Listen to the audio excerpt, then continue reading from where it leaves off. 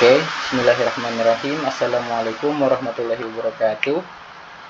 Dimanapun Anda berada, saya ucapkan terima kasih dan semoga sehat selalu, dimurahkan rezekinya oleh Allah Subhanahu wa taala. Lanjut ya, kita mulai.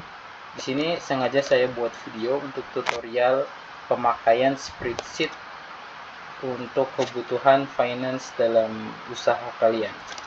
Nah, tapi di sini saya mau ngasih contoh untuk namanya, saya kasih di sini Finance Ayam Geprek untuk kamu yang bergelut di bidang usaha F&B ayam geprek. Nah, di sini ada mata uang, ini aliran pendapatan, ini bisa fleksibel, bisa diganti menyesuaikan dengan kebutuhan kalian. Kategori biaya, ini pengeluaran yang akan dikeluarkan untuk apa, nanti ada. Nah, ini periode bulannya dimulai dari bulan Januari, tahun bisa diganti, tapi di sini kita pakai tahun 2025. Nah, ini udah ada periodenya, catatan juga ini bisa fleksibel sesuai dengan kebutuhan kalian.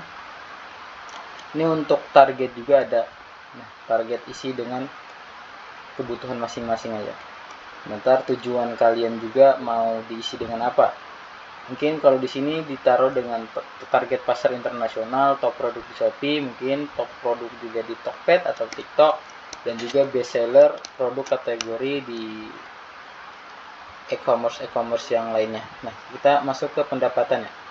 Nah, pendapatan ini ada tanggal. Ini tanggal yang paling penting sebenarnya. Karena dari tanggal ini yang akan menyesuaikan data ke depannya nanti. Kalau di tanggalnya aja nggak kebaca, nanti data yang lain tidak akan kebaca.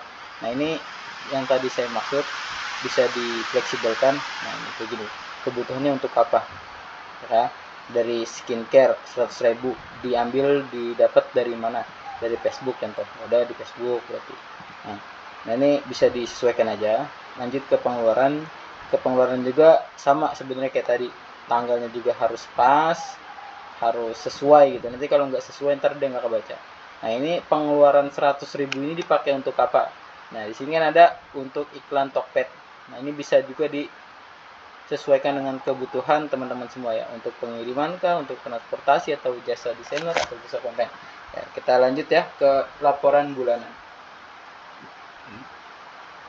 Ini laporan bulanan ini karena tadi kita mulai usahanya di bulan Mei ya.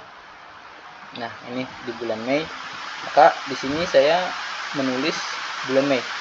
Nah, di bulan Mei ini 2025. Anggaplah yang tadi ini sesuai sudah dengan pendapatan yang telah ditulis. Nah, jadi kalau semua udah ditulis di pendapatan, di pengeluaran, nanti semuanya kebaca di sini.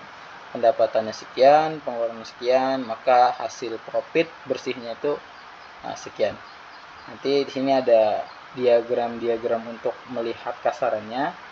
Nanti di sini juga ada yang udah lebih dirincikan lagi. Dari Shopee kita menghasilkan berapa, pajaknya dia berapa, terus juga kebutuhan untuk dikeluarin ada berapa, ntar di sini juga bisa dilihat gitu ya. Ntar kita lanjut lagi ke laporan tahunan.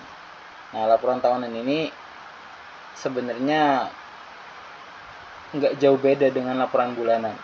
Anggaplah laporan bulanan ini per 30 hari, kalau laporan tahunannya per 12 bulan.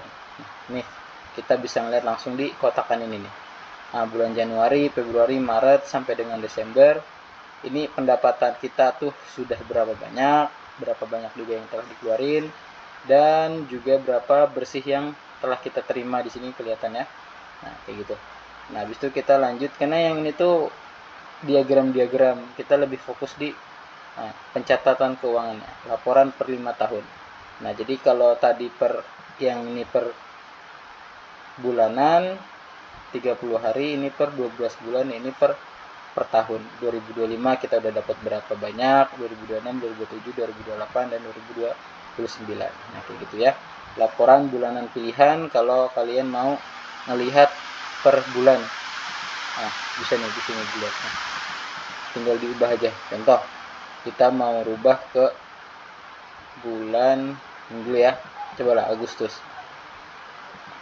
Nah, dia kalau nggak ada pemasukan, nggak ada pengeluaran, dia bakalan nggak kebaca. Makanya tadi saya bilang tanggal itu sangat penting karena semua yang ada di sini menyesuaikan tanggal terlebih dahulu, baru nominal-nominal angka yang menjadi pendapatan dengan pengeluaran kita.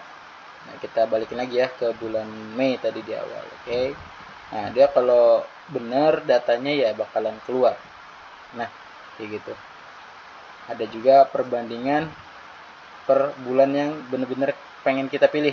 Kita mau pilih pas bulan Mei ini kita ada pengeluaran pemasukan berapa. Jadi mau ngebanding antara bulan dengan bulan yang lain. Nah, kalau di bulan Mei sekian. Nah, profit kita ada 8 juta. Kalau di bulan Juli ada 2 juta aja karena kita nggak punya pengeluaran gitu contoh.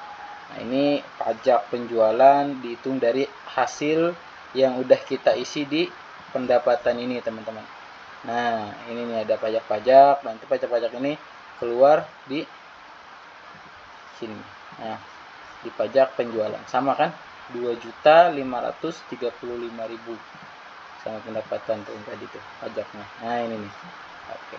Kita balik lagi ke pajak penjualan. Nah, setelah pajak penjualan kita nih nggak usah ngisi sebenarnya di sini, tapi ngisinya nanti sering berjalannya waktu kita ngisi nanti bakalan bisa dilihat di sini. Karena ada aset. Nah, ini aset bisnis ini yang mau kalian catat, mau kalian tulis kira-kira ada berapa aset yang bisa kalian data.